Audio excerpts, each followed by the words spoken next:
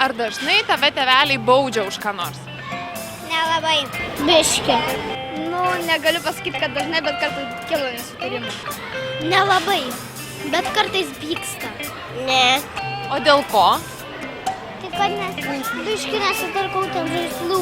Kad nesusitvarkau kambarį ar dar kas nors. Dėl to, kad kur nors išeinu ir labai vėlai vakare ateinu namo. Kartais nenorim valgyti to, ko mama padaro, nes tai neskanu.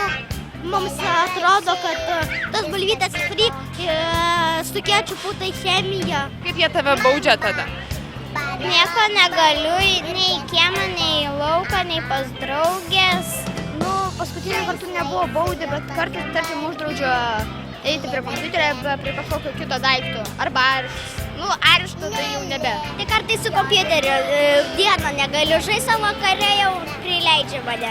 Po savaitę nežiūrim multiko ar nevažiuojam į svečius. Nėra pas mus per išeiginės tokių linksmybių. Pasodina tiesiog į kampą. Ir sėdi ten?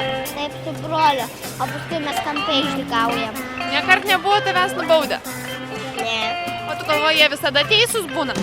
Nelabai. Dažniausiai teisūs. Kartais nelabai, nes kartais, kada mama mums sako apsirengti, o mes išeinam į lauką, mums buvo žiauriai karšta. Mama patikrino, tikrai karšta būna. Tu labai geras vaikas. Taip, aš geras vaikas.